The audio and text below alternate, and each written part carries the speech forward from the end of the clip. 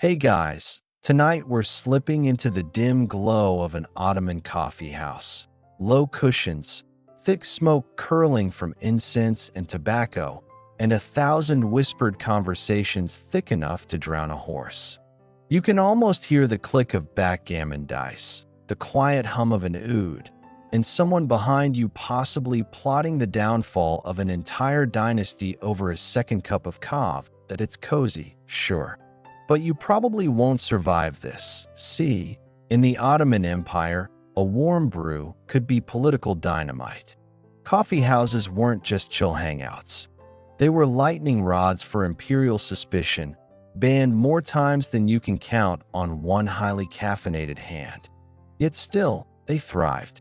And tonight, you're right in the middle of it.so. Before you get comfortable, take a moment to like the video and subscribe, but only if you genuinely enjoy what I do here. And hey, drop your city and local time in the comments. I love seeing where everyone's listening from.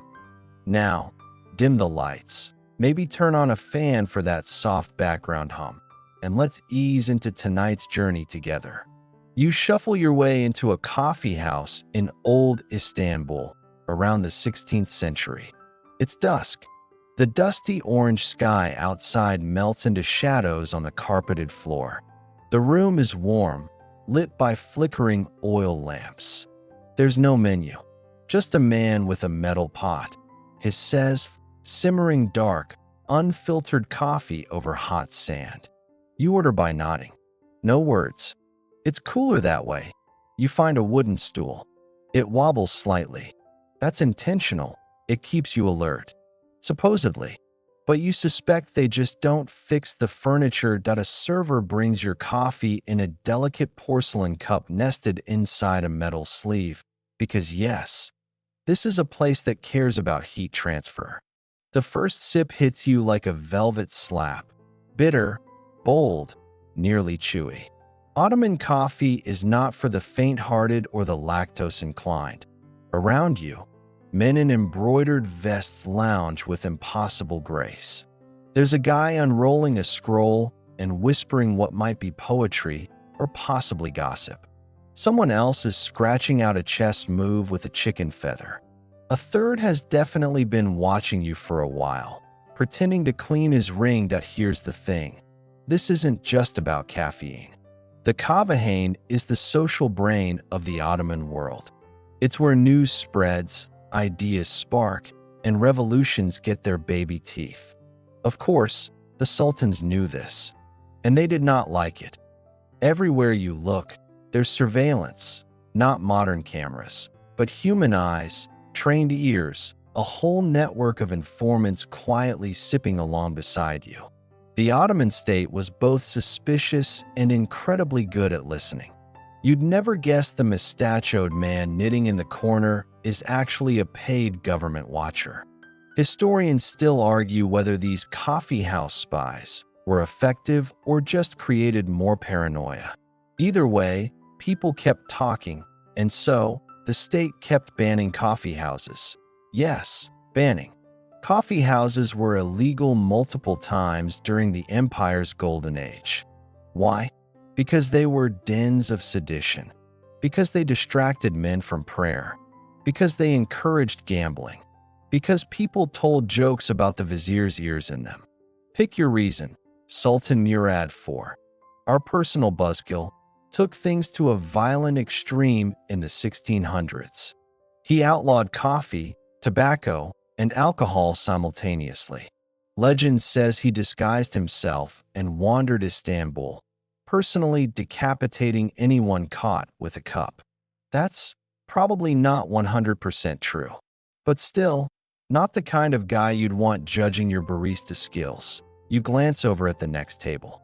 Two men are leaning close, whispering about the price of wheat. That's technically political discourse. In the eyes of the state, that's also borderline treason. And yet, here they are, freely sharing thoughts over a hot drink like it's no big deal. You sip again. It's getting thicker.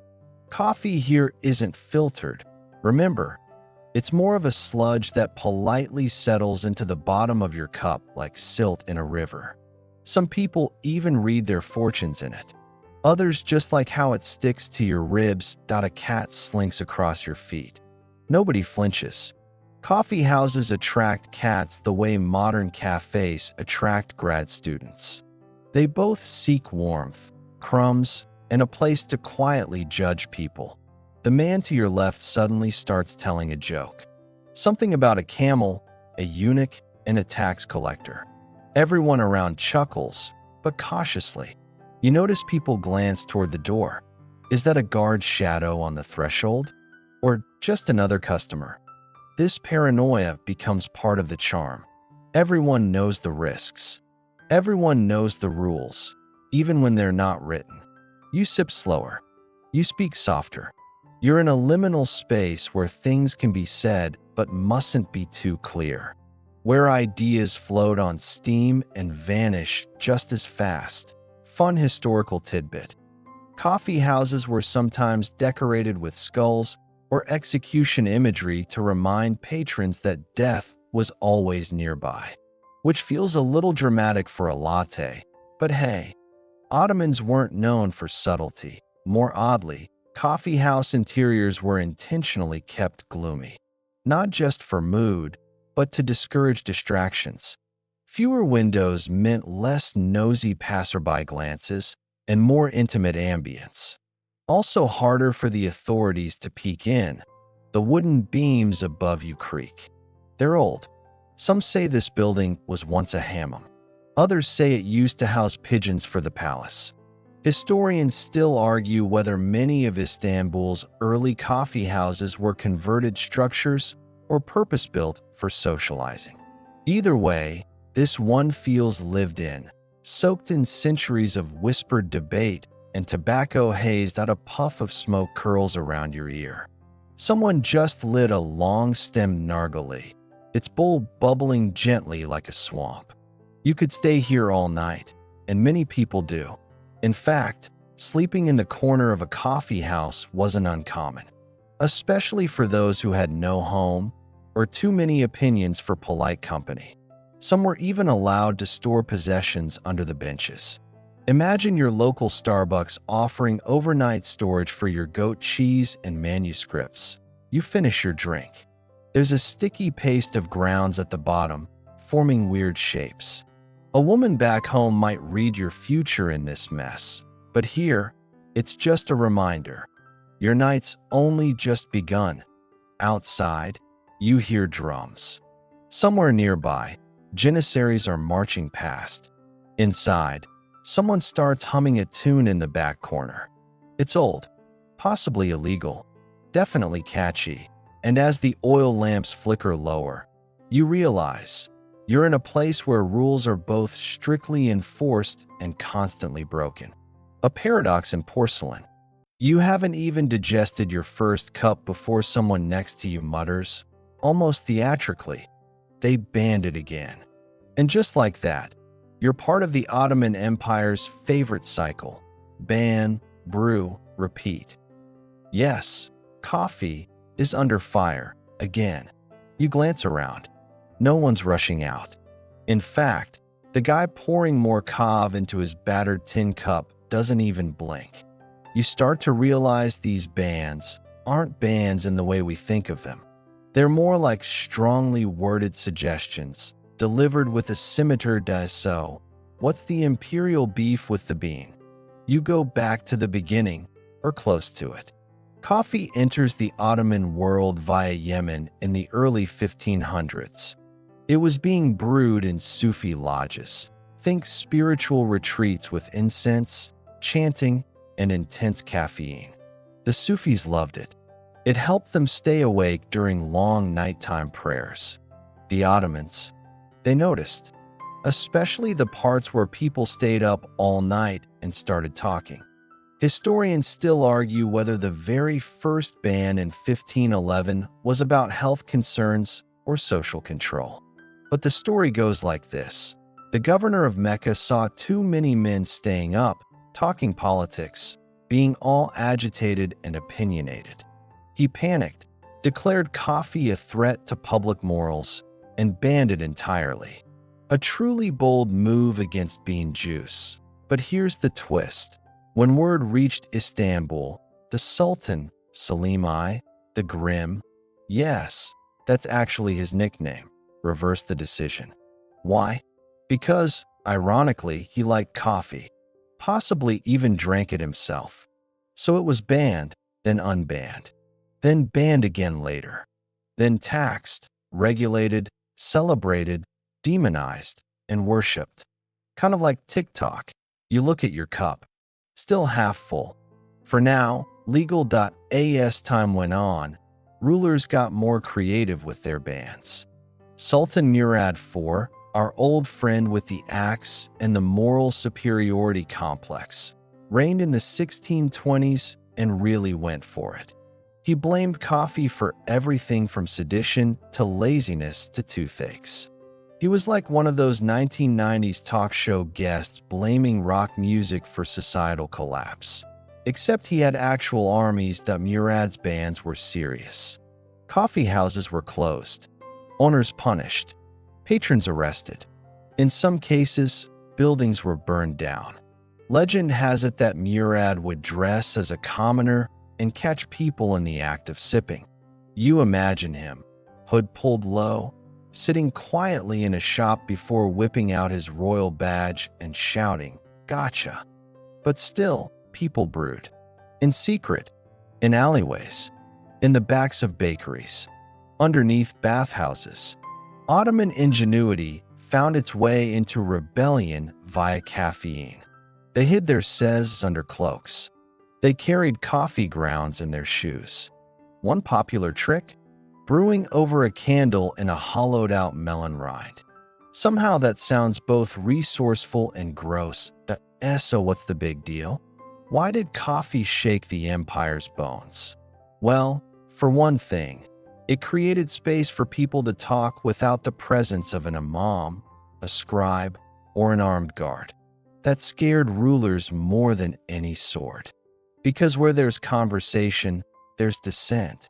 And where there's dissent, there's potential unrest. But also, there were health rumors. At one point, religious scholars debated whether coffee was an intoxicant. Was the buzz from a strong brew the same as a sinful wine glow? Should it be forbidden under Islamic law? Some said yes, others said no, and some just shrugged and kept sipping. You hear the echo of that debate now. Two old men across the room are squabbling in low tones. One points to the ceiling dramatically, invoking divine disapproval. The other takes a slow sip of his coffee and belches. You're not sure who's winning. Oddly, one Ottoman physician once claimed coffee caused excessive flatulence, which was deeply offensive in public prayer. That may be the most absurd reason for a ban ever, but hey, imagine the official announcement. Due to increased wind and reduced reverence, coffee is henceforth prohibited. Another rumor claimed coffee caused sterility. Yet another claimed it made people too energetic to remain obedient. You sip your drink slowly, wondering if the heat is making your thoughts just a bit too spicy. But every time they banned coffee, its popularity grew. That's the secret nobody tells tyrants. Banning something only makes it cooler. You've now got people risking arrest just to whisper bad poetry over a hot drink. Nothing is more appealing than forbidden fun, and soon, black market cafes spring up everywhere. Run by retired janissaries, hidden behind bookstores, masked as ink shops or herbal apothecaries. You walk past one such door, it's marked with a red tulip. That's your sign. Inside, a full house, music playing softly, and a huge copper kettle simmering like it's done nothing wrong. You sit again. This time the stool is even wobblier. A woman dressed as a man is playing backgammon. Across from her, a man dressed as a dervish is playing dumb and eavesdropping on every word. Everyone's in disguise in some way, not just to escape bans, but because coffee houses became their own little world, governed by rules that weren't always written down but definitely mattered that a whisper reaches your ear. The new governor says we'll need licenses. Someone groans. Someone else rolls their eyes. Another ban incoming. But no one moves to leave. Not yet. Instead, the man next to you leans in, grinning. He whispers, "Same ban, different sultan." Then he clinks your cup with his. And you both drink, because bans come and go. But coffee is forever. The smoky haze thickens just as someone begins plucking an oud in the corner, the slow, minor key notes fluttering like moss near the lamp flames. You settle back against the wall, eyes heavy-lidded from warmth and caffeine. But your mind's alert, half on the music, half on the low murmur of rules being broken. Again, only not every rule here is imperial. Some of them come from inside the coffee house. That's right. You're about to meet the Ottoman coffee house rulebook. Not the laws handed down from sultans on velvet scrolls, but the unwritten code of conduct enforced by the patrons themselves.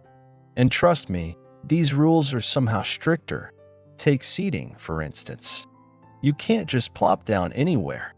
Seating in an Ottoman coffee house is a mix of seniority, respect, and sheer ritualized habit. Elders get the spots near the wall, usually with a backrest. Regulars have their favorite seats, and you, newcomer that you are, have no seat.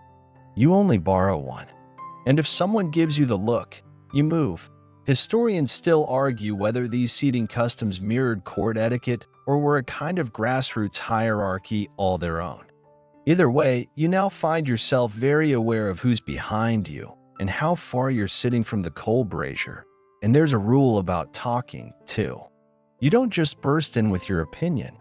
You ease into the conversation the way you ease into a hot bath, slowly, cautiously, and with deep respect for the other people's comfort. You overhear two men debating the outcome of a recent siege, maybe the Battle of Lepanto or the never-ending drama in Hungary. One speaks slowly, using phrases like, "as I heard from my cousin in the Janissaries." The other nods solemnly and replies, "May Allah preserve their discipline." This is how opinions are traded, like relics, not Reddit comments. In fact, there's a performative restraint to everything. You never say the Sultan is foolish. You say it is a great burden to rule so many. You don't say this vizier is corrupt. You say some men wear silk outside but carry mildew within. It's passive aggression disguised as poetic wisdom. Shakespeare would have been very happy here.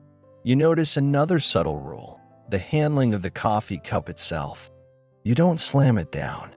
You turn it gently. You don't gulp. You sip, pause, and sigh.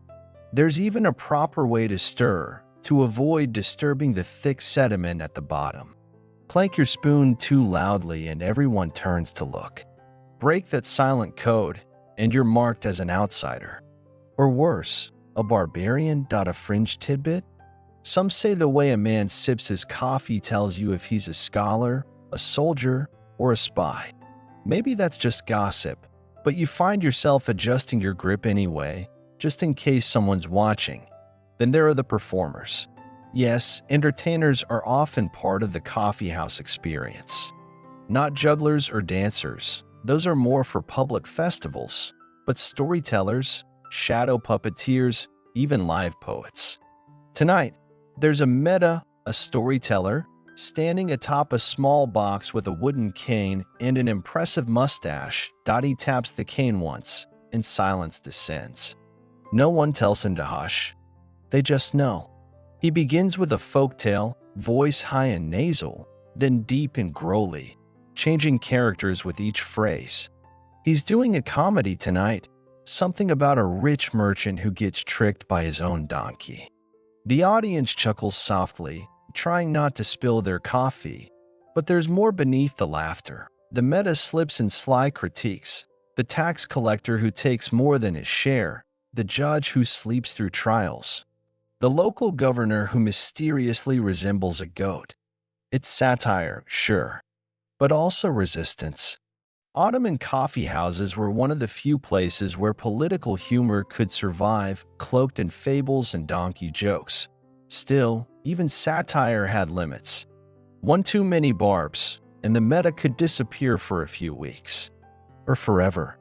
So he dances on a wire, his smile wide, his eyes scanning the crowd for officials who might be laughing too little.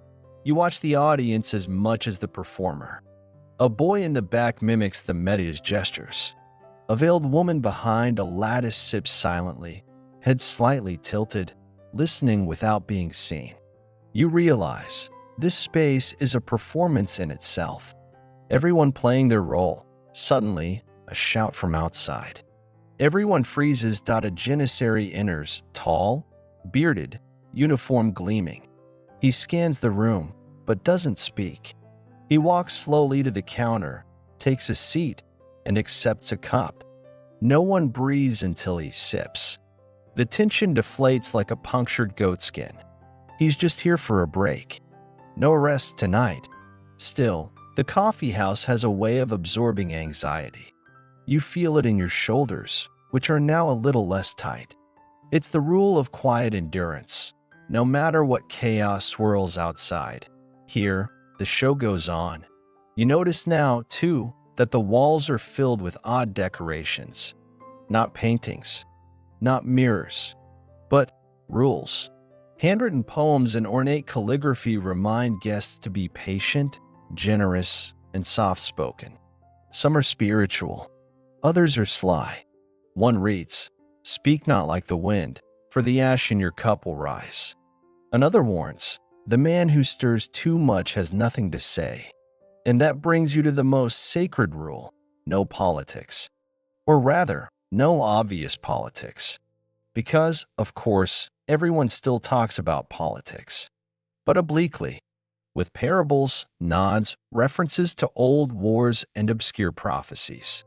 Say the wrong thing directly, and you risk a beating.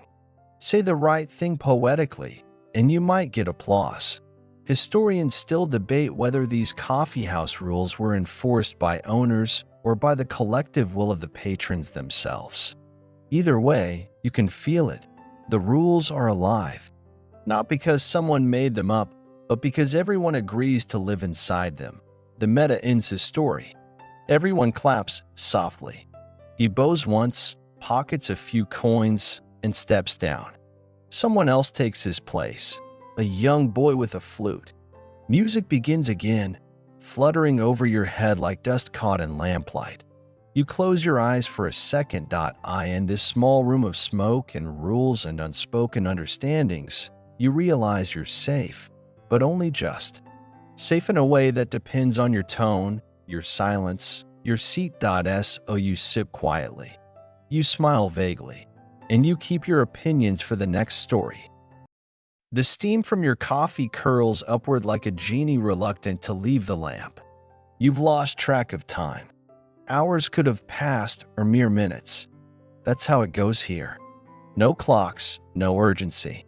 Just the slow rhythm of stories, gossip, and boiling water. You lean back, feet numb from the stone floor, as the old man beside you clears his throat. He begins reciting lines from a poem, something about jasmine, exile, and the taste of ash. No one interrupts him. In fact, a few nod solemnly, eyes closed. Coffee houses aren't just places to drink.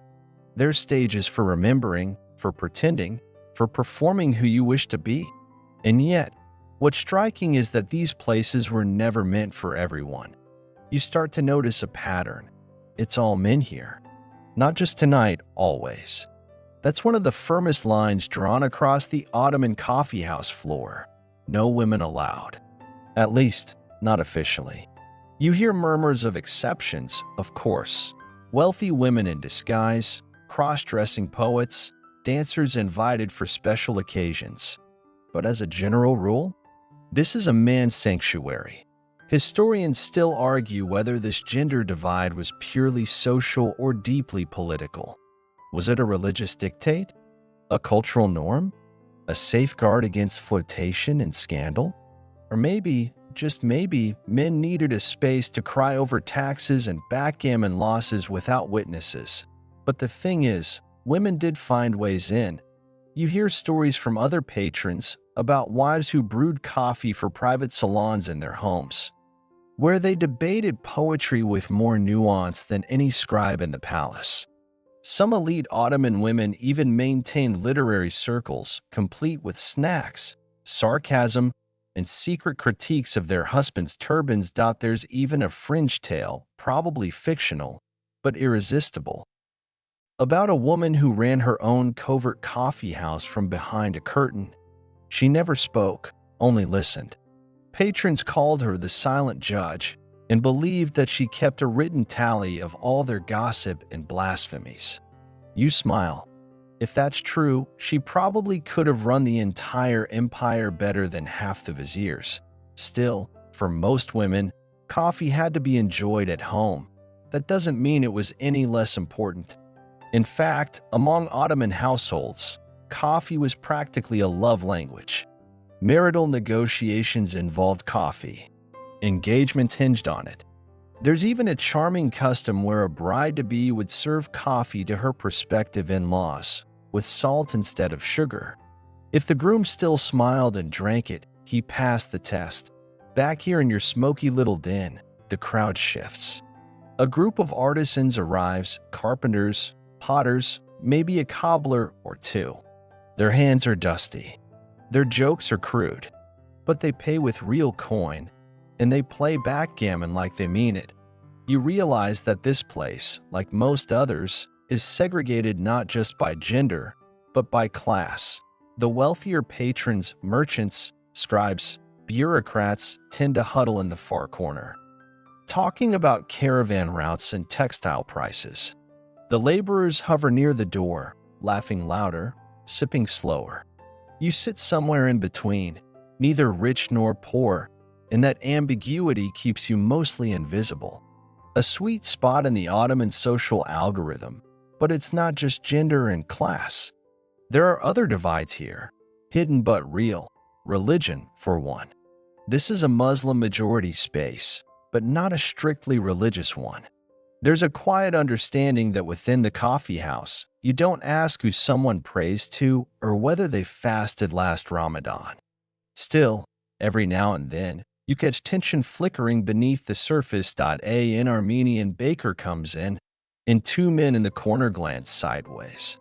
A Greek merchant orders tea, not coffee, and eyebrows rise. You wonder if he's making a point or just his bad taste, and yet, no one speaks. Because here's another unspoken rule. Coffee houses are neutral ground. You can joke about the vizier's wig, but you don't provoke a holy war over cardamom. Still, you can't help but notice that coffee houses become mirrors for the broader empire. The divisions, the tensions, the unsaid things, they all show up here. But in slower, smaller doses. Like emotional microdosing. One old man tells a story, his voice gravelly, his eyes watery. He claims that in his youth, he visited a coffee house in Damascus where a Sunni, a Shia, a Christian, and a Jew played chess every Friday. No arguments, just quiet games and shared baklava. Then the governor banned chess, he adds with a bitter laugh. Said it was turning men lazy. You both sip in silence. You want to believe him. You really do. You shift in your seat, noticing for the first time that your cup has a small crack near the rim. Nothing dangerous, just enough to feel like a metaphor. There's a moment of tension near the door. Two janissaries arrive, one with a fresh bandage on his arm. They don't sit. They don't drink. They scan the room. Then, just as quickly, they leave. Someone mutters, looking for pamphlets. Another replies, looking for trouble. You sip again. In a place like this, those things are often the same point. One of the merchants begins talking about a new edict coming down from Istanbul, rumors of a tax increase on imports from Venice. The words unfair and traitorous get tossed around. A scribe cautions them. Walls have ears, he says, tapping his ink-stained fingers on the table. The laughter that follows is nervous. You find yourself watching a boy, not more than 10, sweeping the floor with a bundle of old reeds. He moves like he's invisible. He probably is. But you know better now. Even the unseen play their part. And then it hits you. The Ottoman coffee house isn't just a place for drinking and storytelling.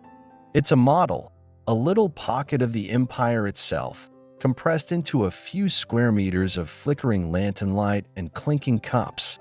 Every custom, every tension, every unspoken rule, it's all just a reflection of something bigger. This is the empire. On caffeine.so, you finish your cup. You nod to the old man beside you. You stretch your legs, now tingling with the pins and needles of social awareness that you're not just sipping history. You're sitting inside it. You rise slowly, careful not to knock over your empty cup, because knocking things over in an Ottoman coffee house is almost as bad as voicing a political opinion too directly. The crack near the rim glints briefly in the lantern light, like a warning or a blessing. You leave it behind.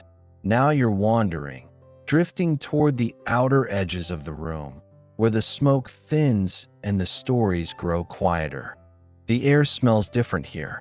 Less of roasted beans, more of ink, old paper, and the waxy tang of sealing sticks.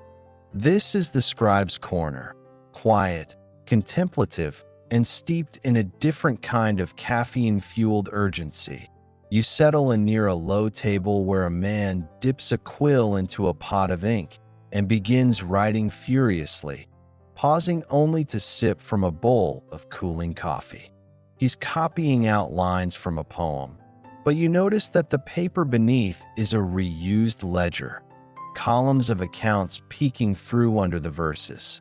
Recycling, Ottoman style, but he's not alone. There are others like him, scattered across the room, scribes, clerks, and aspiring scholars. They sit hunched like calligraphy-shaped question marks, scribbling notes, exchanging rumors, even loaning pages to each other with the solemnity of priests handling relics. It's here you realize something essential. Coffee houses weren't just places for talk. They were idea factories. Historians still argue whether the true intellectual flowering of the Ottoman middle class began here or in the medreses, the official religious schools. But there's no question that for many, the coffee house offered something more flexible, less dogma, more dialogue, less memorization, more mutation.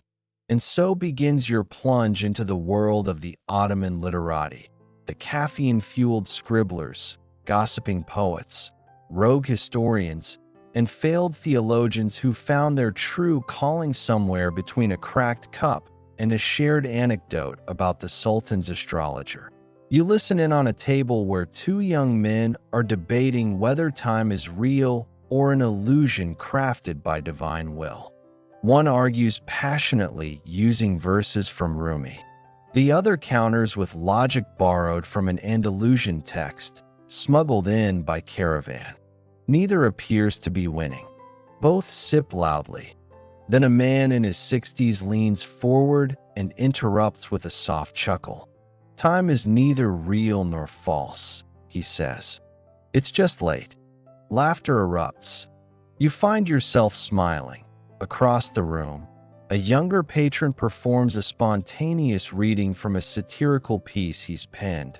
Something about a bureaucrat who spends 3 days writing a tax receipt for a dead goat. The audience roars. He bows. Someone tosses him a copper. That's rent for the week, probably.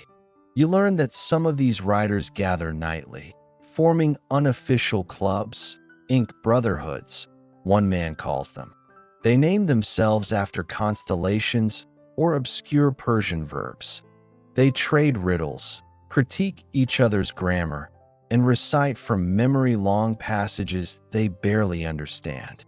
It's all delightfully pointless and deeply serious. One fringe tidbit. There was once a coffee house in Aleppo where patrons could rent a scribe to ghostwrite angry love letters or fake official decrees. Some say a merchant there once forged a firman so convincing it made it halfway through the tax office before anyone blinked. The forger? Last seen fleeing on a donkey with unusually well-written travel papers. But not all writing is for mischief. You overhear one man dictating a letter to his brother in the army. He asks if the winter tents arrived, if the plague rumors are true, if his cousin still limps from the musket shot.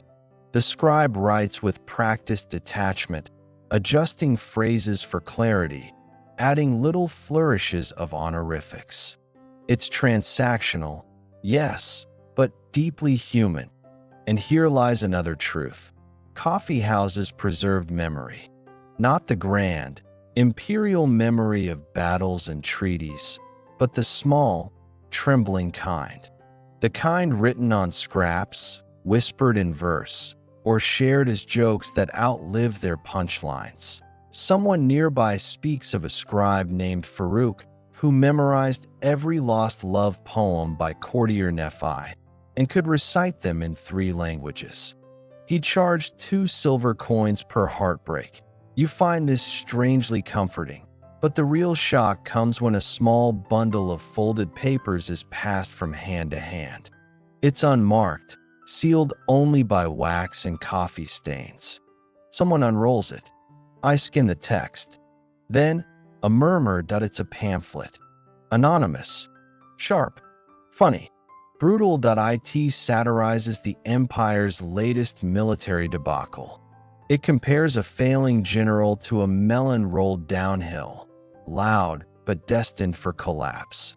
The men howl with laughter, but nervously. Everyone glances at the door. These underground pamphlets were known as flighting sheets, and they fluttered through cities like forbidden butterflies. Some historians think they helped stir proto-nationalist ideas. Others argue they were just intellectual venting, therapy by ink. Either way, they were dangerous. You ask, quietly, how one could get such a pamphlet printed. Someone whispers back, "If you have to ask, you don't want to know." A pause. Then he grins. "But you could start with the papermaker's son in Uskadar. He's terribly indiscreet." Someone else recites a haiku-style epigram. 1 cup of coffee, 2 lines of heresy, and 3 weeks in hiding. More laughter. You feel lighter. You glance at the door. Still no janissaries. Still safe. For now, a boy walks in carrying a tray of fresh cups. Tiny, steaming, fragrant. Everyone pays attention. It's a ritual, almost sacred. The scribe beside you stops mid-word, accepting his cup with both hands. He lifts it, not to drink, but to inhale. Ah, he sighs, the ink of the soul. It's probably something he says every night. But it works. The mood shifts again. Someone begins singing, not loudly, but clearly. A folk song from the Black Sea coast. Half the room joins in for the chorus. The others hum. You close your eyes. The words are unfamiliar, but the feeling is not. This is how ideas travel, not through edicts, but melodies. Not from libraries, but laughter. Through cups, pages, glances, songs. You open your eyes again. The scribes have resumed their scribbling. The room has returned to its quiet buzz. You feel not smarter, exactly, but more attuned, as though some part of your brain has been oiled with centuries-old thoughts. You think of the cracked cup you left behind. You wonder if someone else is sipping from it now. Carefully, reverently, taking in the wisdom of the ink brotherhoods, the wit of the pamphleteers, the soft heresies carried in verse and steam, and you realize something. The pen may be mightier than the sword, but the coffee spoon, that's where the revolution begins. You drift toward the back of the coffee house, away from the ink-stained table corners and toward the warm rattle of dice and the sharper crack of backgammon pieces. The mood here is looser, less about scholarship, more about skill. More laughter, more sighing, more grumbling when the game doesn't go your way. The Ottoman Empire loved its games, and backgammon, known here as tavla, was the king of coffeehouse pastimes. You find yourself mesmerized by the rhythmic tap-tap of counters on the wooden boards, the occasional curse muttered under breath. The triumphant clack of a double 6.1 man plays with the focus of a general, another with the chaos of a jester. You're invited to join a game and do your best, but you quickly learn that strategy here involves not only the roll of the dice, but knowing when to sip your coffee, when to bluff, and when to quote poetry mid-move just to unnerve your opponent. Historians still argue whether tavla sharpened the minds of the empire's middle class or simply kept them distracted from civic action. Was it a social bonding exercise? Or just state-approved escapism? One scholar even claimed it taught Ottomans to accept fate. After all, no matter how well you play, luck still holds the dice. But tonight, you don't really mind losing that you're handed a second cup of coffee, unrequested, slightly sweeter than the last. A silent olive branch for your clumsy game, perhaps. As you sip, you notice that games here serve more than entertainment. They're conversation shields, a way to speak freely while your eyes are elsewhere. One man complains about new building taxes between dice throws. Another whispers about an imam who ran off with a merchant's wife while pretending to visit Mecca. Even the layout of the coffee house seems designed for distraction. Clusters of game boards, groups talking politics, storytellers in the far corner murmuring to eager children and sleepy adults alike. This layered noise creates a kind of plausible deniability. No one's really listening to you, but somehow, everyone hears everything. You join a different group of players next, a mix of old and young. They let you win one round, then crush you in the next. Between games, they gossip about a traveling mystic who claims to predict a man's death date based on how he stirs his coffee. Clockwise, you'll die in spring, one says. Counterclockwise, you'll live long, but miserably. You stir carefully, but coffee houses weren't all dice and laughter. You begin to notice another layer beneath the casual talk and floating mirth. Subtle tensions, old rivalries, careful performances. That man who keeps winning every game, turns out he's not a local. Rumors say he once worked in the imperial palace, perhaps as an aide, or a librarian, or something vaguer and slipperier. He's evasive when asked. So, naturally, everyone gossips about him relentlessly. The man who loses every game with dramatic flair? Apparently, he's a minor poet with dreams of grandeur and debts he hides beneath rhyming couplets. Point one fringe tidbit. There was a coffee house in Edirne known for its nightly backgammon tournaments. Winners received fresh pastries. Losers had to read a random line from a book of terrible love poetry, out loud and with feeling. One such poem, poorly rhymed and aggressively floral, became so infamous that people began losing games on purpose just to hear it read again. But not everyone in this game room is playing. Some men sit quietly with rosary beads, not praying exactly, but rolling the stones between their fingers like a kind of tactile clock. Others watch the games without joining, observing the dynamics like military tacticians in civilian clothes.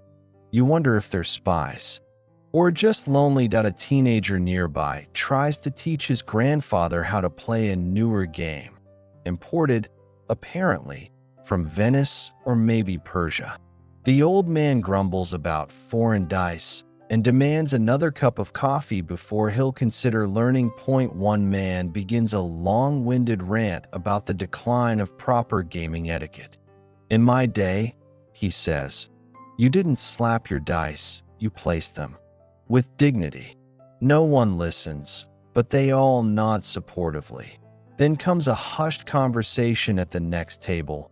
A lean man with ink-stained fingers and a wiry beard is talking about a game called King's Labyrinth, supposedly banned by the authorities. No board, no dice, just riddles layered inside riddles, each revealing some damning truth about imperial history. He claims the game was invented by a former court historian who vanished after being accused of sedition. Played it once, the man says. Woke up sweating. Dreamt I was the Sultan's shadow. Everyone shudders, then laughs. You're not sure if it's a joke or a warning. And yet, the games go on. The air gets thicker as more pipes are lit. Smoke swirls lazily toward the ceiling like bored ghosts. The laughter softens, the voices deepen. It's getting late, but no one wants to leave just yet. You look around and realize something almost poetic. In this empire of vast distances and sprawling bureaucracy, where lives are often dictated by birth or decree, games offered a kind of temporary equality.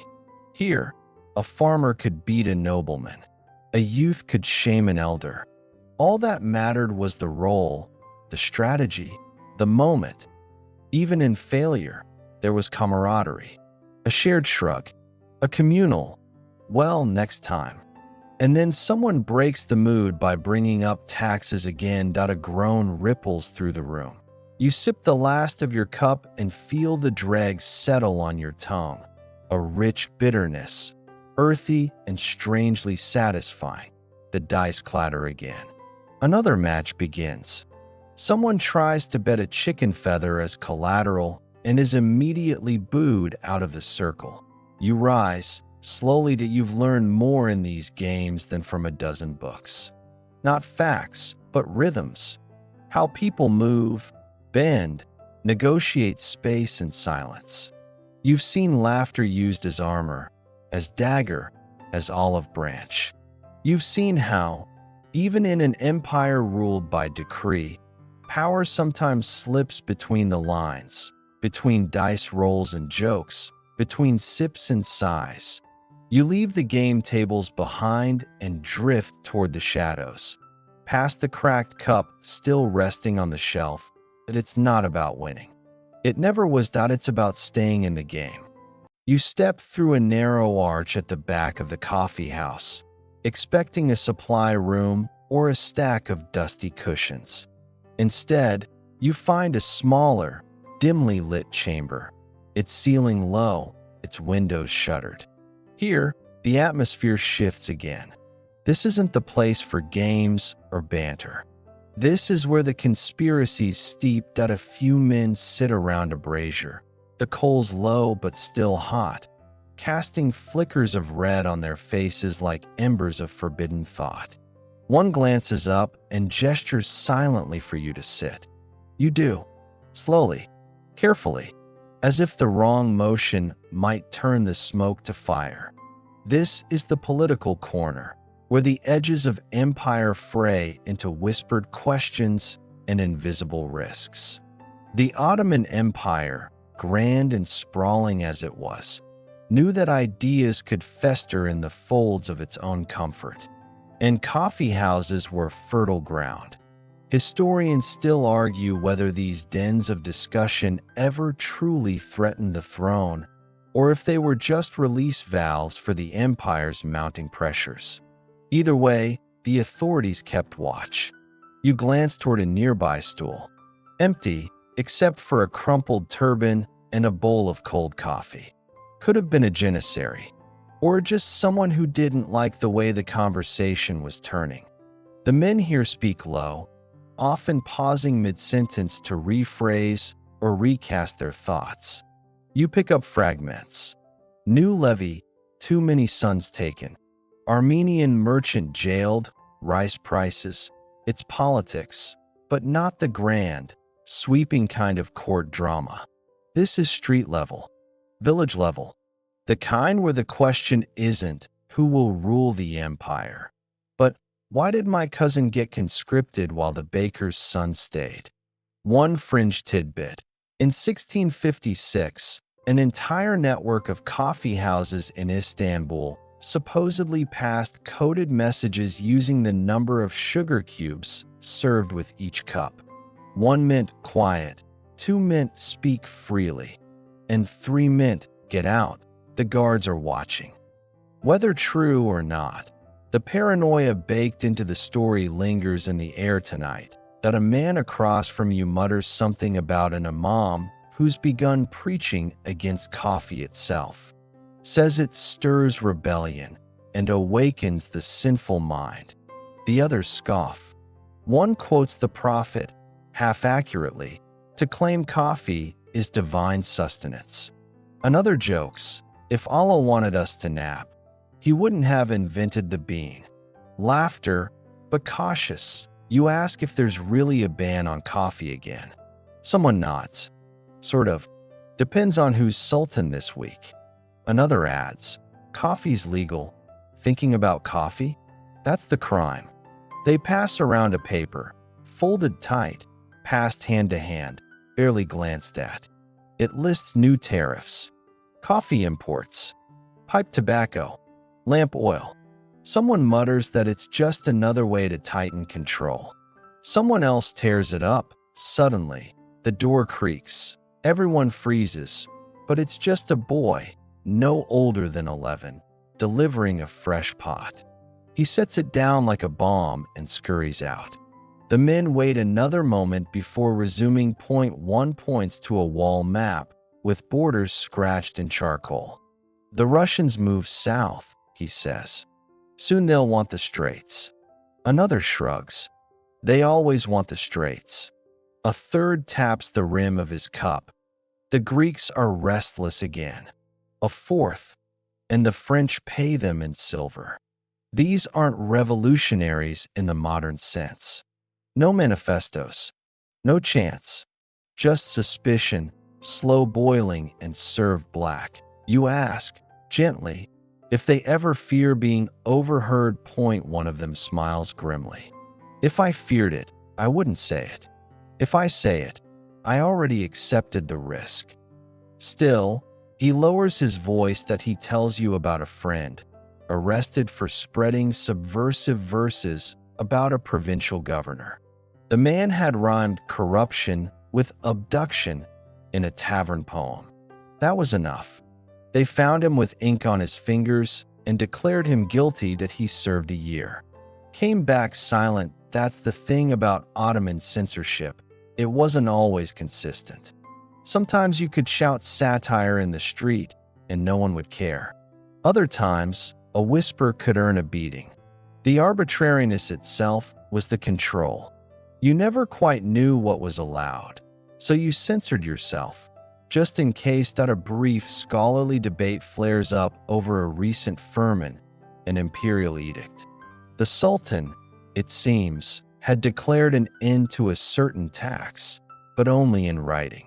No one's sure if it was enforced. Some say yes. Others say the officials just started calling it a fee instead. The conversation turns abstract again. What is justice? Can a law be just if it's applied differently in every village? One man insists the empire must modernize. Another warns that foreign ideas are like cold wine through a cracked door, unpredictable and often lethal. And yet, beneath the worry, there's a kind of joy here, a thrill in talking around the edges, in skimming the line between loyalty and critique. You're reminded of that cracked coffee cup, the idea that something imperfect can still hold meaning and maybe even power. Someone asks if anyone's heard the latest rumor, that a rogue Janissary captain has begun writing political commentary under a pen name. Something poetic, like the ink blade. No one knows if it's real, but the idea feels true. That's enough. Another joke circulates. How do you silence a revolutionary in Istanbul? Answer: offer him a fourth cup of coffee and wait for the stomach cramps. You chuckle along. Your stomach, fortunately, still feels fine. Then the men begin talking about the future, not with optimism, exactly, but curiosity. What happens when the empire ends? One asks. Everyone goes quiet.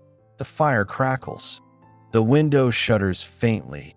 Finally, a voice says, "It won't end. It will just forget what it was." They nod. That feels true too. You leave them as they were, half laughing, half worrying, fully alert. The smoke follows you out, clinging to your clothes like an afterthought. Back in the main room, things feel lighter, louder, safer, but you carry their words with you now, like coals, still warm, still waiting. The moment you step back into the main room, the air hits differently, brighter, more perfumed. A new aroma winds its way through the scent of coffee and tobacco, rich and honeyed. It pulls you toward a corner you hadn't noticed before, where the usual clamor fades into something more musical. Soft strumming, gentle tapping, and then, unmistakably, someone begins to sing. You find yourself among the poets and performers now, the artistic artery of the Ottoman coffee house. Here, the energy is less conspiratorial, more expressive, yet no less potent. You settle into a cushion. A man with a saz, a long-necked lute, tunes the strings with careful fingers, pausing only to sip from a tiny porcelain cup. His voice, when it comes, is low and dusky, like velvet dipped in ash. You don't understand every word, but the rhythm pulls you in. It's a lament, something about a lost lover, or perhaps a fallen city. Maybe both. Ottoman poetry has a habit of turning heartbreak into imperial metaphor, and vice versa. Scholars still argue whether these songs were coded resistance or just beautifully crafted misery. A group of young listeners sits cross-legged nearby, eyes wide, utterly transfixed. One mouths the words. Another quietly jots something in a small notebook. You realize this isn't just entertainment, it's education. Artist transmission. Coffee houses often served as makeshift universities, especially for those without means or access to formal schooling. You learn through lyrics, through repetition, through emotion. Tonight's bard sings of the Bosphorus moon, of betrayal by candlelight, of calligraphy ink spilled like blood. And then, just like that, the song shifts. A cheeky little number about a bureaucrat's wife and her mysterious weekly visits to the hammam. The room bursts into laughter. One fringe tidbit.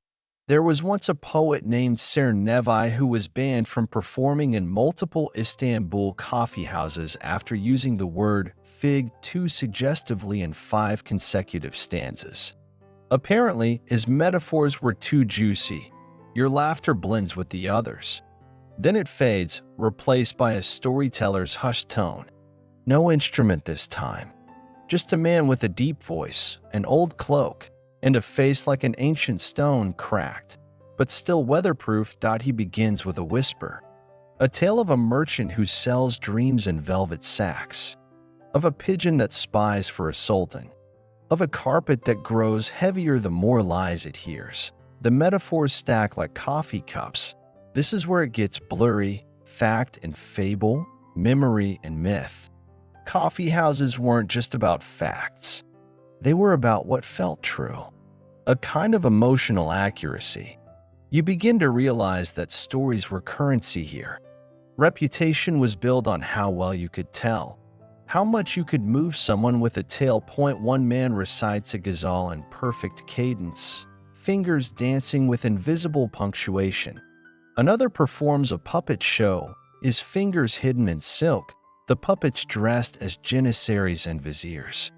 It's satire, obviously, but the kind of satire that slides in under the censors, smiling as it cuts. Historians still argue whether this wave of coffeehouse performance ever truly subverted the state, or if it just gave the illusion of participation. Like letting people draw mustaches on official portraits in charcoal before whitewashing them clean again. You notice that the room listens with levels. Some lean forward, hungry. Others recline, eyes half closed, letting the stories wash over them like warm water. A few mouth along, having heard these tales 100 times. Yet somehow, they're always new. Someone hands you a folded paper, verses scribbled hastily. You unfold it and read. A cup of bitter, a line of sweet, a sigh between where fates do meet. The pen, the tongue, the waiting ear, all write the truth we cannot hear. You look up. No one claims authorship. That's the thing about coffeehouse poetry. It often floated anonymously, like incense. The words mattered more than the name behind them. Suddenly, a clatter in the corner. A troupe of shadow puppeteers arrives, setting up quickly behind a thin silk screen. You catch the silhouette of Karagaz, mischievous, unfiltered, with a nose too large to be polite. He argues with Hasavat, his more refined friend, about whether it's better to be clever or honest. The crowd roars. You realize it's not a new sketch, but an old favorite, the Ottoman equivalent of a sitcom rerun. And yet, it works. One man nearby explains that Karagaz's performances were sometimes used to smuggle in critiques of tax laws, incompetent governors, or imperial policy, disguised in fart jokes and silly hats. The puppets say what we can't, he murmurs. It's also richly layered. Satire, poetry, song, story. A sensory map of the empire's heart. And every form of performance had its own rules. A singer must never outshine the verse. A poet must pause before a punchline. A storyteller may exaggerate, but only if the lie reveals a larger truth. You begin to see the coffeehouse as more than a social space. It's an archive, a living, humming, caffeinated archive. And the artists are its librarians, unpaid, unappointed, but fiercely necessary. The fire flickers low now. Shadows stretch long across the floor. The storyteller winds down. He ends with a tale of a janissary who falls in love with a djinn. A doomed romance, naturally. But the final line lingers. He kissed her smoke and called it a promise. You sit with that for a moment, letting the imagery settle like grounds at the bottom of a cup. Then the poet with the sass picks up again. This time softer. A lullaby, almost. Not for children, but for the restless adult heart. You begin to feel that heart slow down. The stories have done their work. And tomorrow, they'll all be told again, slightly differently. With new embellishments, new characters, new endings. That's how oral tradition lives. Not by repetition, but by breathing. You rise as the last note fades. A few people clap. Others just nod. The performers pack up. No money changes hands. Just gratitude. And the quiet assurance that truth, however veiled, was shared tonight. Somewhere between the rhyme and the punchline. Somewhere in the middle of your third cup. You step outside for just a moment, drawn by a sudden urge to feel the night air against your cheeks. The city is quieter now, a quilt of low voices and flickering oil lamps. But you're not done yet. A figure gestures to you from the side alley, half in shadow, half an invitation. You follow, because at this point, why not? You've already sat with spies, poets, and sarcastic puppets. The man leads you into a smaller, less formal coffee house, what might be politely called a dive. It smells of old smoke, heavy socks, and boiled chickpeas. The cushions are threadbare. The cups are chipped. But there's an undeniable charm here. This is the haunt of the intellectuals and the eccentrics, the self-styled philosophers who've either read too much or just enough to be very annoying about it. And oh, they are. You barely get seated before a man with a wild beard and ink-stained fingers launches into a heated diatribe about Aristotle being overrated. Another counters that Plato was a proto-fascist. A third asks if anyone wants to hear his new theory that time is actually a type of very polite wind. You blink. Welcome to the debate den. Ottoman coffee houses weren't just for casual conversation.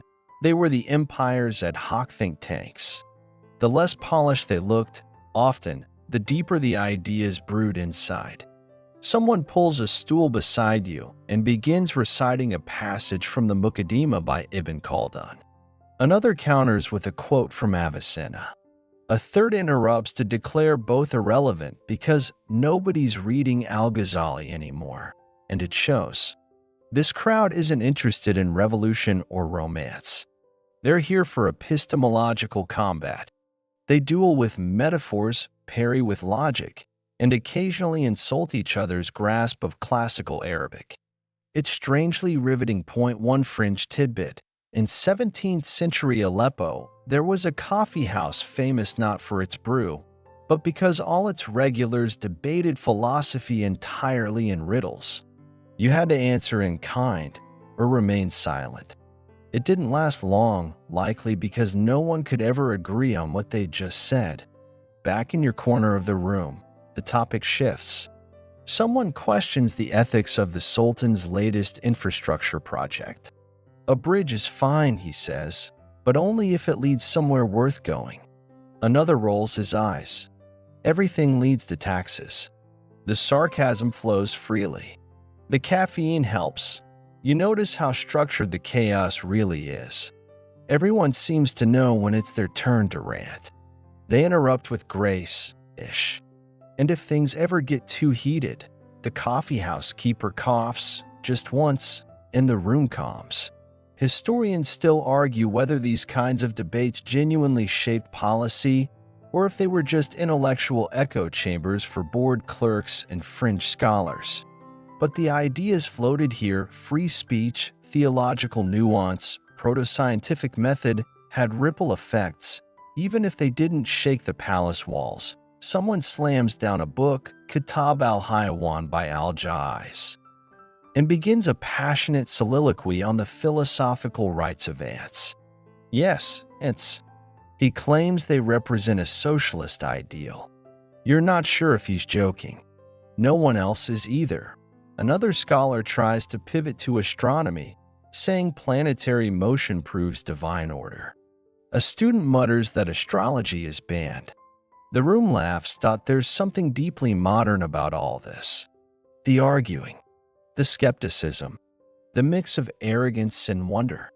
You get the sense that some of these men might be terrible dinner guests but exceptional pen pals.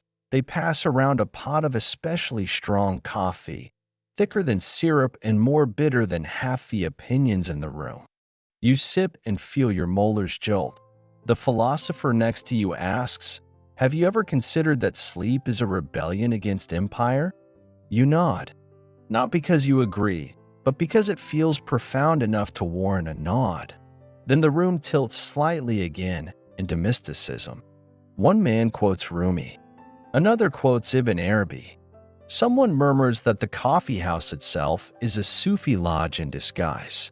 You're not sure what that means, but the sentiment is poetic. A whispered debate flares up over whether God resides in logic or longing. Both, says one man. But longing brews better with cardamom. A pause, then, that should be embroidered on a pillow. Another scribbles it down. And yet, even here, there's a quiet current of danger. Ideas, after all, can be more subversive than swords. Some of the topics tonight: state justice, metaphysical critique, the value of secular ethics, are technically delicate. But the coffee house rules protect them. For now, you recall one Ottoman saying, "The ink of the scholar is more sacred than the blood of the martyr." But even sacred ink can get you in trouble if spilled on the wrong scroll. One man begins reading a treatise he wrote on sleep cycles in Islamic jurisprudence. It's oddly soothing. Another counters with a theory that the prophet's nighttime prayers suggest a biphasic sleep pattern. You blink slowly. The room blurs a little. The debate carries on. You drift just slightly. Words become fog. Laughter becomes thunder. The smell of coffee, ever present, becomes background. This, perhaps, is what real thinking sounds like, not clean conclusions, but endless questions shouted over bitter brews. Someone taps you gently. Your turn, they say. You smile. Sip your coffee, and answer. Time is a type of polite wind. They nod with reverence. You're one of them now. You wake, if you ever truly slept, still perched in that cramped corner of the philosopher's den, knees aching slightly from their long negotiation with the floor cushions. The air is heavy with a dawn fog of arguments past, and you shuffle upright, quietly excusing yourself from a fresh debate about whether dreams are divinely coded prophecy or just a byproduct of spoiled lentils. As you step outside, the city exhales around you. It's quieter now, less pulse, more breath. You expect silence, but no. Down the lane, another coffee house is stirring. Of course it is, because in the Ottoman Empire, there was always one open. Always a place to be, to drink, to talk, to listen. But this one is different. You follow the sound, no poetry, no arguments, just the rhythmic slap of backgammon tiles and a deep, echoing hum. The door swings open to reveal a room full of the working class. Laborers, porters, bakers, boatmen with hands like braided rope. This isn't where ideas fly or metaphors bloom. This is where silence is king and noise is earned. You sit. Nobody welcomes you, but no one asks you to leave either. One man pours tea instead of coffee, odd, but not unheard of.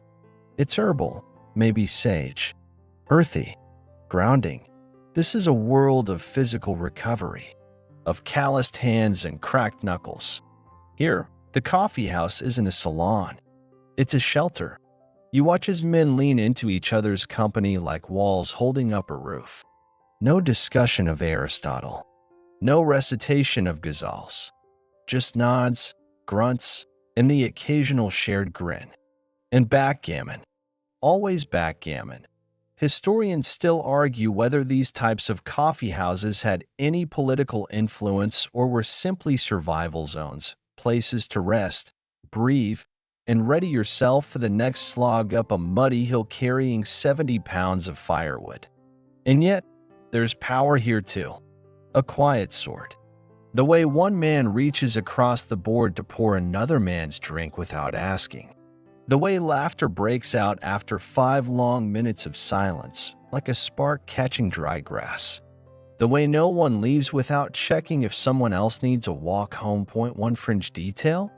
There was a famous Istanbul porter named Kara Davut who allegedly never paid for a single coffee in his life, not because he refused, but because the entire street of laborers agreed his back was so strong, he earned his daily cups just by existing. When he died, someone carved a coffee cup into his gravestone. No name, just the cup. You sip your tea and close your eyes. This may be the least entertaining coffee house you've visited so far, but in a way, it's the most human. The men beside you shift slowly, like boats tethered by ropes you can't see. They don't speak much. Words are expensive when you spend all day lifting, hauling, building. But when they do speak, it lands with weight. One man tells a story about how his cart was stolen, then found in a bakery with a goose inside.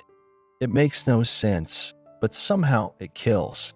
The table laughs so hard one man spits tea through his nose. You laugh too, mostly because you're not sure how else to respond to such surreal calm. And then music, but not performed, just hummed.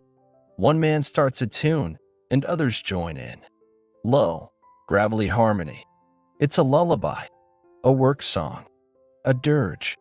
All at once, you don't understand the words, But the melody finds something inside you and gently rings it out. No one applauds when it ends. They just return to their cups. This is coffeehouse culture in its rawest form. No frills, no lace, just heat, liquid, and the soft armor of other people's presence. And it's not without its rules. Don't interrupt a game unless you're joining it. Don't take the last cup unless you've poured the next pot. Don't ever insult someone's dice throw. You watch one man take a tiny, deliberate sip from a chipped ceramic cup. He closes his eyes after, as if cataloging the flavor for future remembrance. You suspect he's been coming here for years, maybe decades, maybe since before his beard turned gray and his walk turned sideways. And he'll be back tomorrow, because this is ritual. This is where exhaustion goes to cool. You lean back, letting the cushion inhale you. The room murmurs and shuffles like old paper. You glance around. No one's in a hurry. That's the secret of places like this. They're not about escaping time. They're about forgiving it. You get up slowly. Someone nods in your direction. Another tips his head toward the teapot. The message is clear.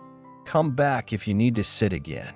You step outside into the warming light and pause, because across the street, yet another coffee house stirs. Of course it does. This one has a small wooden sign with painted letters for the unhurried. You smile. You're starting to understand. The Ottoman coffee house wasn't one thing. It was everything. A theater, a court, a classroom, a shelter, a soapbox, a cradle, a confessional, and, if the night was kind and the brew was strong, a place to feel, for just a moment, like you truly belonged to a grander conversation. A sip here, a story there, and always room for one more. You don't even pretend to resist now. One coffeehouse door closes behind you, and another opens just down the road. It's almost magical how they appear just when you think the last one might be it. You cross the narrow street with a kind of reverence, each step more relaxed than the last. Your pulse has learned to walk instead of run. This time, the scent hits you first, rich cardamom, clove, and just the faintest wisp of cinnamon smoke. It's not the coffee. It's incense, curling lazily from a shallow brass bowl by the threshold. Someone knew you were coming.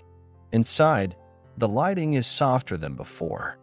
Oil lamps with amber glass covers line the walls, casting a drowsy glow over velvet cushions, low tables, and patterned rugs so elaborate they feel like visual lullabies.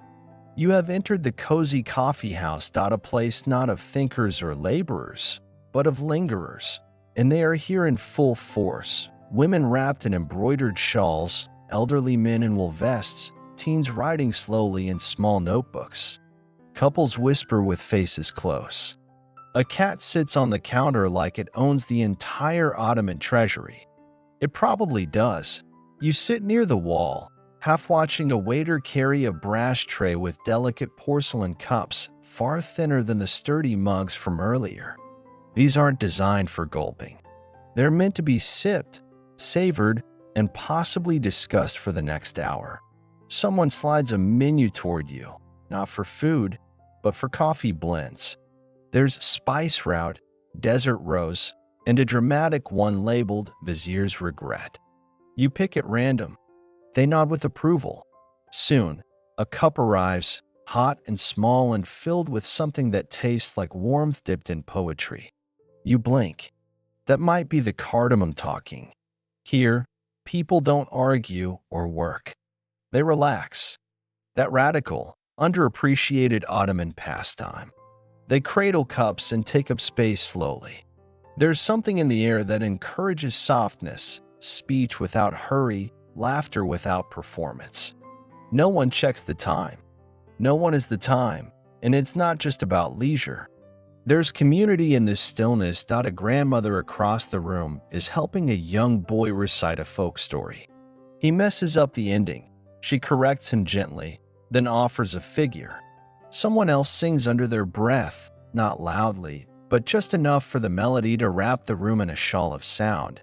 You overhear someone say she's only angry because she can't control the sun. You don't know the context. Doesn't matter. Feels true. Point one fringe tidbit. Ottoman coffee houses sometimes offered something called a slow seat, a cushion reserved for people who promised not to speak, work, or rush. Sit there, and you were officially allowed to be unproductive. The opposite of a modern cafe's no laptop after 30 minutes sign. This was more like, no effort, ever, please. You can almost feel your bones thanking you. This might be the first time your spine has actually exhaled. Behind you, a small group plays a gentle board game with rules that appear to involve no winning. They clap occasionally and pass around candy ginger. You are absolutely not in the same empire as the edgy poets from earlier. And yet, this is part of the same story. Historians still argue whether these more passive coffee houses diluted the revolutionary energy of earlier ones, or whether they, in their quiet refusal to be hurried, were a form of subtle resistance. After all, what's more defiant than choosing not to hustle in an empire that runs on conquest? Someone tells a joke. It's bad, but the laughter is real. There's a saying someone recites, the sun sets for everyone, but only a few learn to glow after. You write it down in your mind. You lean your head back and feel the cushion catch you like a friend who doesn't ask questions. Someone offers you a date. You decline with a nod. They leave it there anyway. You notice now how the waiter never rushes. Each step is considered. Each refill of coffee is an act of care, not customer service. A cat climbs into your lap and immediately begins purring. You do not resist. This, too, is part of Ottoman coffeehouse culture, an understanding that people are not machines. That comfort isn't laziness. That rest can be sacred. That the world doesn't end if you pause for a third cup. It feels like a lullaby written in movement. Across the room, someone is gently explaining the rules of a game to someone else. Their tone is slow, like molasses poured on a cold morning. No one minds that it's taking a while. The point isn't speed, it's togetherness. The incense has shifted now, less spice, more sweet. Maybe orange blossom? You breathe it in and feel your pulse slow. Your eyes droop, not from boredom, but from sheer saturation and calm. And in that fog of peace, your mind drifts towards something you haven't considered all night. How rare this kind of collective stillness is in your own world. How even our leisure is often aggressive, urgent, productive. How maybe we need more of this. Velvet waltz. Laughter at bad jokes. Games no one wins. Coffee that tastes like a warm secret. You sip again. No one speaks to you. No one needs to. You belong now. You're not a guest anymore. You're part of the hush. You don't remember falling asleep, but you wake to the soft shuffle of slippers and the clink of porcelain. The cozy coffee house is still dim, still perfumed, but the room has shifted. Some guests have gone. Others have arrived. The cat is gone from your lap, off chasing shadows, you imagine. It leaves behind a single whisker. You stand, stretch carefully, and step back into the street, blinking at the muted gray of an overcast Ottoman morning. There's a drizzle that doesn't quite fall, just hangs like a thought that won't finish. The stones underfoot glisten. You figure you've seen it all now, but no, of course not, because just around the corner, past a bakery already hawking warm simmet, a strange sound beckons. Not music, not talk, something rhythmic, hypnotic. You follow it to a narrow door guarded by strings of tiny bronze bells. They chime as you push your way inside, and what greets you isn't a coffee house. It's a stage. Well, technically, it's still a coffee house. But this one is built like a theater, complete with low platforms, draped curtains, and a space cleared for performance. A man stands at the center, delivering what can only be described as a puppet sermon. It's shadow puppetry, Karagaz and Hasavat, to be precise. This, you realize, is the Performance Coffee House. And yes, they had rules, too. You slide onto a bench just as a burst of laughter ripples through the audience. The puppets are arguing, one scholarly, one hilariously dense. It's slapstick with Ottoman flair.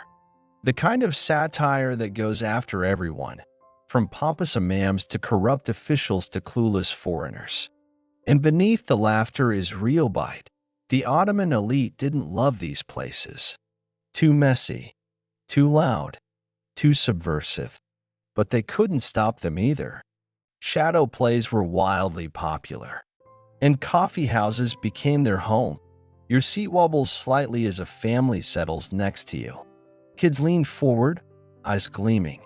An old man lights a long-stemmed pipe and mutters the punchlines ahead of the puppets, like someone who's seen this show a dozen times and still loves it.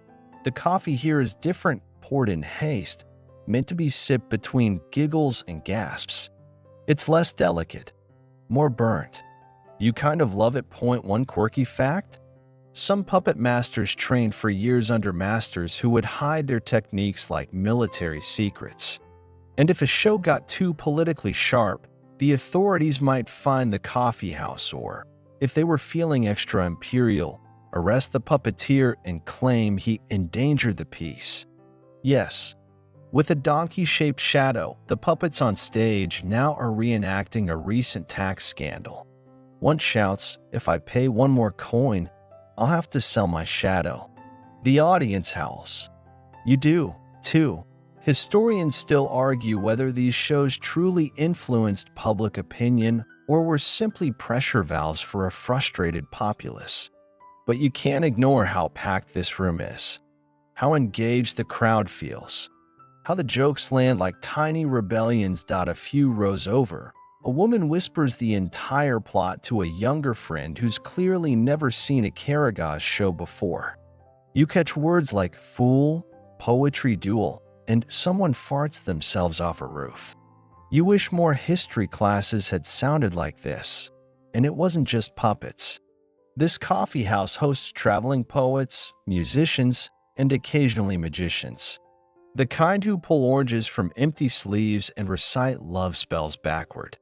The kind who pause mid-performance to ask the audience for feedback. Tonight, though, it's all shadows. As the show ends, the puppeteer takes a modest bow hidden behind his frame of leather figures, and the room erupts in applause that shakes the cups on their saucers. You glance at yours. Still full. Somehow untouched. You realize now, in this coffee house, the drink is almost incidental. The performance is the caffeine. You wander backstage after the crowd disperses, curious. The puppets hang from hooks like sleepy warriors. One looks like a goat with a monocle, another like a bureaucrat with 10 arms. You ask the puppeteer, soft-spoken, ink-stained, how long he's been doing this. He shrugs and says, "Since my mother said no to bedtime." You nod like that makes sense. The walls of the coffee house are covered in doodles and graffiti, some poems, some insults, some prayers. A mixture of entertainment and truth, just like the show. And like the Empire. One note reads, "If a puppet can tell the truth, what excuse do we have?" You step outside again, blinking at the soft drizzle still lingering. The bells on the door jingle behind you. Somewhere inside, a child is still laughing. You walk a little slower now, your brain fizzing from performance, satire, and strong coffee. The street around you feels more animated, like you've been trained to look for subtext in every shadow. You catch your reflection in a puddle. Behind you, another coffee house glows. Of course, because performance and politics weren't separate in this world.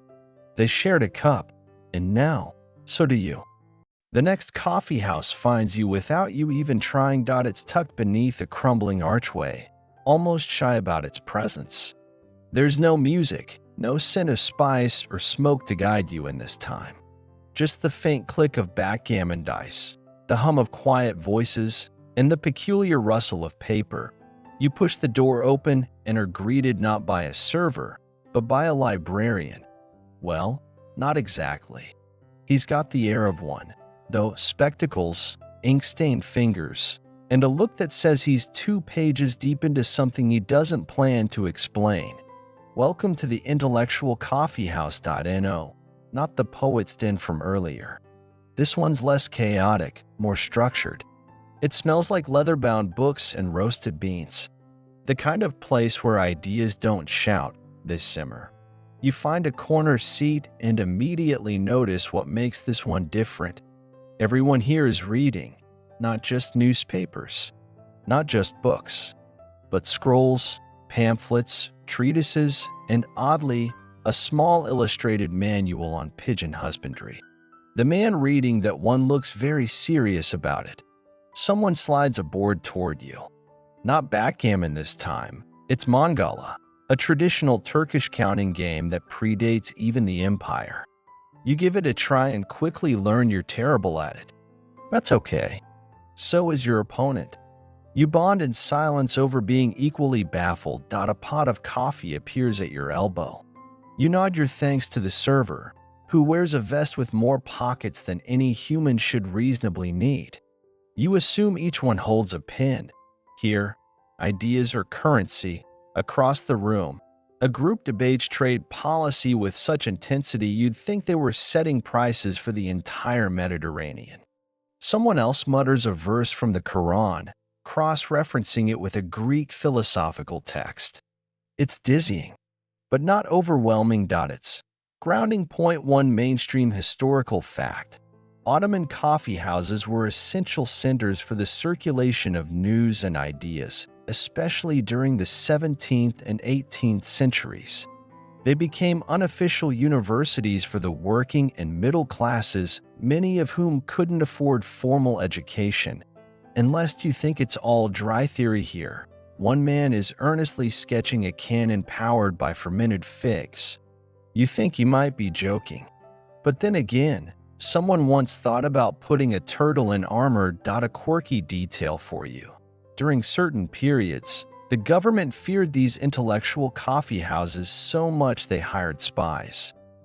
Informants who pretended to be regular patrons just to report on any anti-state chatter. These spies were called coffeehouse whisperers. Yes, really.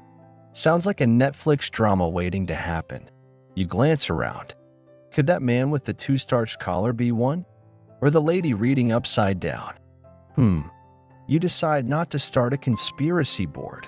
Yet, historians still argue whether the rise of these coffeehouse intellectual circles actually influenced Ottoman policy or merely created a social class that thought it had power. Were they truly change makers or just caffeinated spectators? The truth probably lies somewhere in between. You sense that these thinkers weren't chasing fame or fortune. They were chasing understanding. And in a world as vast and multi-layered as the Ottoman Empire, that's a full-time pursuit. You lean back, absorbing it all. The whispered math equations, the annotated margins, the man loudly misquoting Aristotle and refusing to be corrected. Your coffee cools. No one minds. This isn't a place for fast anything. At the far end of the room, someone stands and reads aloud from a paper, his own, you suspect. It's a critique of recent tax reforms, cloaked in metaphor so dense it might as well be written in moonlight. But the crowd listens, and nods, and jots down notes. This, you realize, is where change often starts. Not with shouting in streets, but with slow-burning ideas in dim corners. Over bitter coffee and sweet minds, someone passes you a leaflet titled 10 Questions No Vizier Can Answer. Bold. Probably banned. You pocket it without reading. Feels like the right thing to do. A storm rolls in outside, gentle and rhythmic. The coffeehouse dims further. Lamps are lit. The air grows warmer, cozier, and the conversations keep flowing. Here, time is elastic. The past is discussed like it's current. The future is debated like it already happened. Even your own timeline starts to feel uncertain. Were you really walking these streets only hours ago? Or centuries? You reach for your cup, sip slowly, and think about the way ideas move, not in straight lines, but in spirals, like steam rising from a hot drink, like a whisper passed from one mind to the next, changing shape but not purpose. Someone quotes an old saying, "He who controls the stories controls the sleep." You laugh quietly. Seems fitting. You write that one down. The rain has stopped. Or maybe it hasn't. Inside the coffee house of thinkers, it's hard to tell how long you've been cocooned in parchment and coffee steam. But now, you step back into the streets, the scent of wet stone and roasted beans still clinging to your sleeves. You feel wiser, maybe, or at least better at pretending. But your journey isn't quite finished. You turn a corner, drawn by the unmistakable smell of meat roasting and something slightly spicier, like scandal. This coffee house looks nothing like the others. Its walls are painted in garish colors.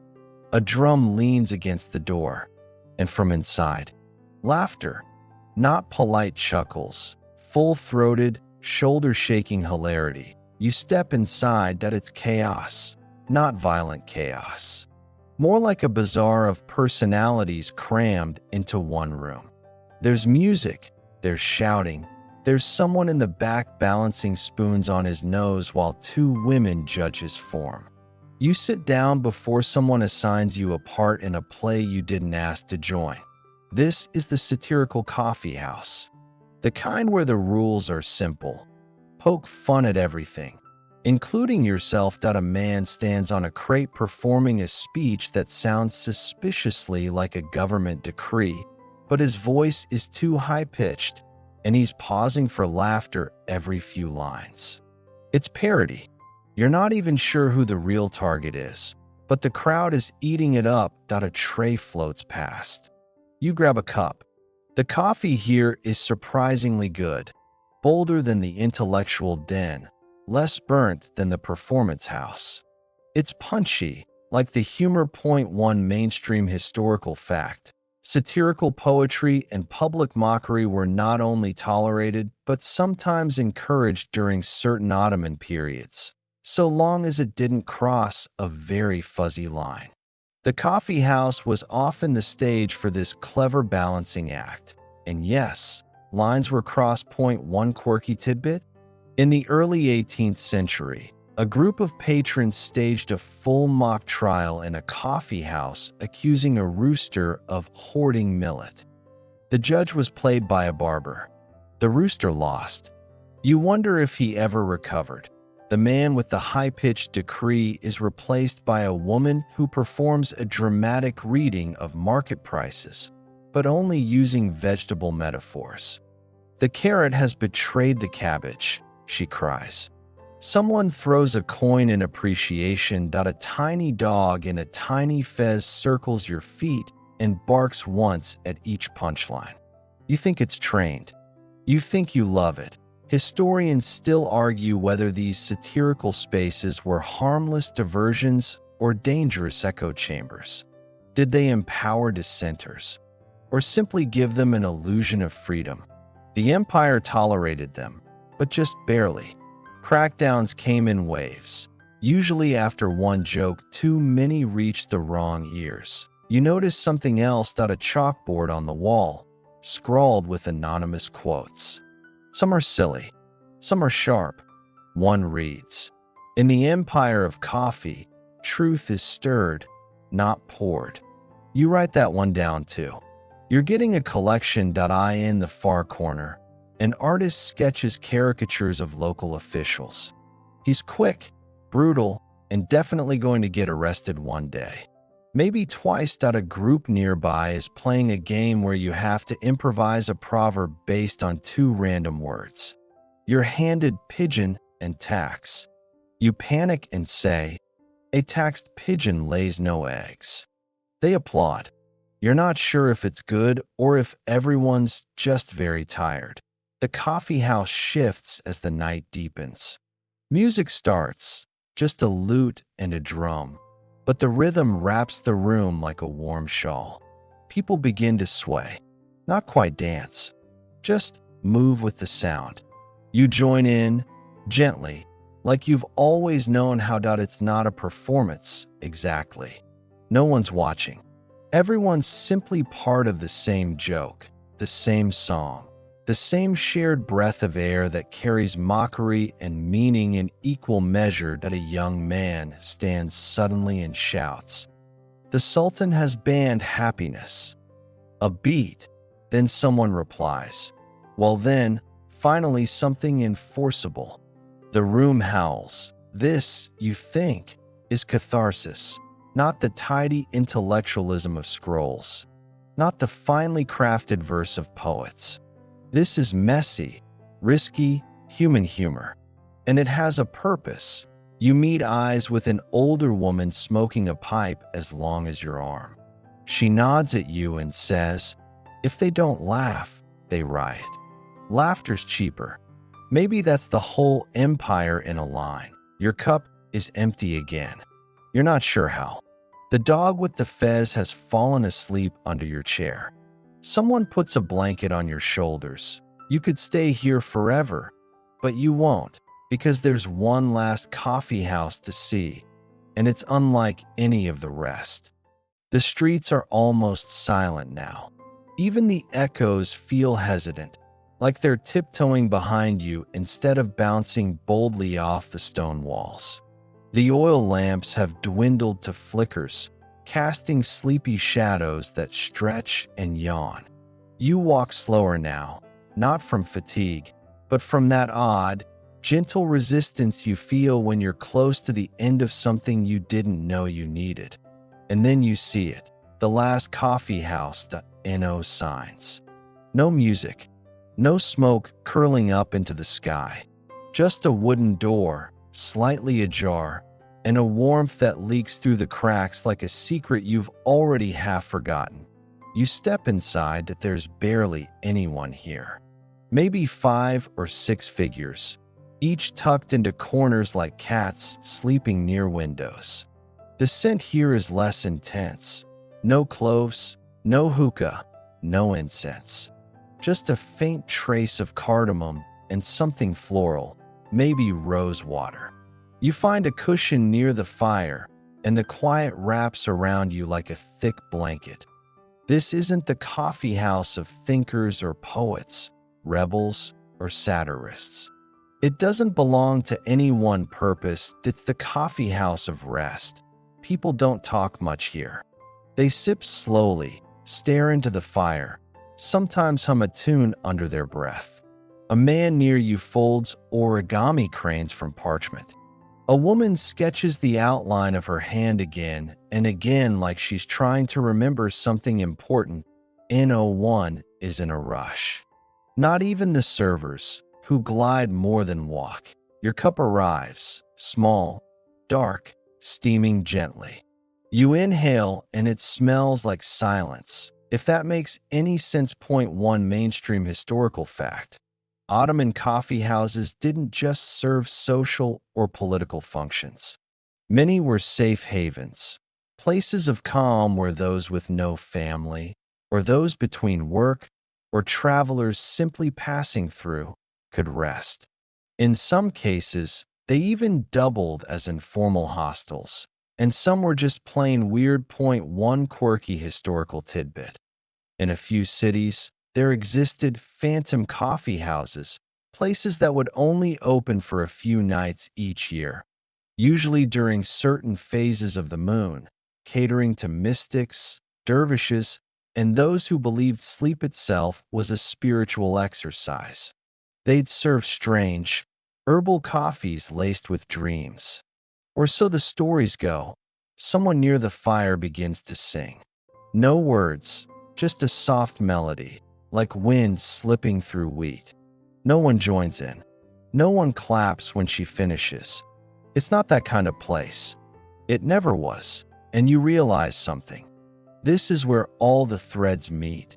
The poets, the thinkers, the mischief makers and philosophers, the chess masters and conspiracy whisperers. They all come here, eventually. Not to plan, not to debate, not to mock, just to be. Historians still argue whether these types of quiet coffee houses actually existed in significant numbers, or whether they're mostly romanticized fictions, painted in travel journals by visitors desperate to find calm in a crowded empire. Were they real spaces, or just metaphorical pauses in a city that never slept? Maybe it doesn't matter, because you're here now. The fire crackles, and the air smells of wood smoke and cardamom. Your cup is halfway empty or halfway full. You can't tell anymore. Someone hands you a small piece of paper. On it, a single line, "Even empires sleep." You think about that. The markets, the mosques, the armies, the palaces, they all shut their eyes eventually. Even the mighty need dreams. Maybe especially the mighty. You lean back, the room softens, the flames slow. The last few sips of coffee are the best. Not because they taste better, but because you know they're the last. There's always something gentle in finality. You close your eyes, not to sleep just yet, but to let your mind wander back through every cup you've had tonight. Each bitter sip, each warm laugh, each corner where someone dared to think differently or laugh too loudly or say what shouldn't be said. And now, you rest. Let yourself settle into the quiet, the kind that only finds you at the end of a long, wandering journey. You've walked the rain-slick streets of Ottoman cities, slipped through archways and alleys, and curled up on cushions where history whispered its softest truths into your ear. You've sipped the bitter and the sweet, danced to laughter and silence alike. You've watched firelight flicker on old stone, listened to strangers debate the fate of the world like it was a dice game, and paused in places so still they barely seemed to exist at all. Now, the noise fades. The last coffee house closes its door behind you, not with a slam, but with a hush. You step into night air cool as silk, with only the sound of your own breath and the lingering aroma of roasted beans to guide you home. No need to rush, no need to think. Just breathe. Let the empire fold itself around you like a dream you half remember. Let the streets fade to soft outlines. Let every cobblestone blur into the next until they become clouds beneath your feet that you're not walking anymore. You're floating, and somewhere, the call to prayer echoes, not as a summons, but as a lullaby. Gentle, distant, safe to close your eyes. Let the story steep a little longer in the warmth of your imagination. Sleep, like empires, doesn't come all at once. It drifts in like steam, and you're already halfway there.